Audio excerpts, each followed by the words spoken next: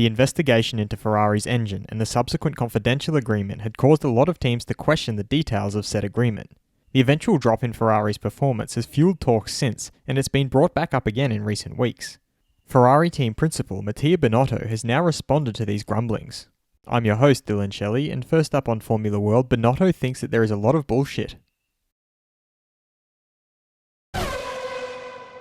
Binotto began by reiterating there was nothing illegal about their engine. On the settlement, it's very simple. There has never been a breach of regulation, and that's it.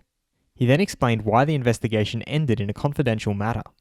Our regulations are very complex. Since then, a lot of technical directives have been issued, and the reason why there has been no transparency on the settlement is because it's about our technical intellectual property. That is why, he thinks, he doesn't feel the need to justify anything. So we don't need to explain to the entire world the way our power unit is working. He signed off by revealing his true thoughts, as well as the team's approach to these allegations. Honestly, I think there is a lot of bullshit, a lot of rumours, and we should not care too much about them because we need to stay focused on what we are doing. Fast feed. Red Bull advisor Helmut Marko is of the opinion that against Max everybody drops out, but the criticism of Albon is not quite fair. He further elaborated that Alex Albon had a lot of bad luck this year, and they as a team also made strategic mistakes that affected his performance.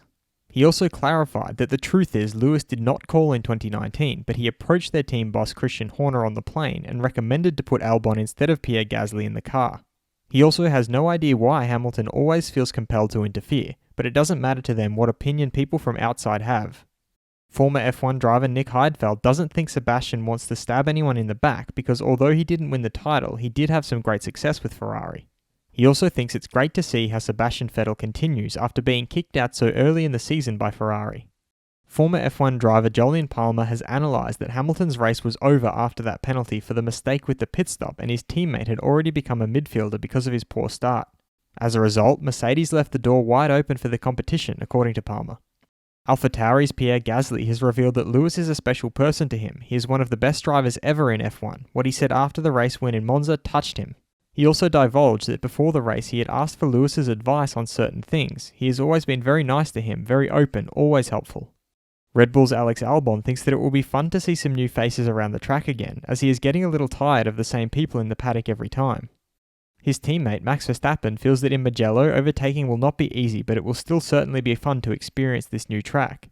He also added that it's going to be interesting to see how you do it on a track that you don't have any preparation for or knowledge of in an F1 car. Honda boss Masashi Yamamoto was delighted that Scuderia AlphaTauri Honda was called at the podium ceremony. And he further elaborated how they have won 4 times with Red Bull, but they never said Honda, so it was an emotional moment for him.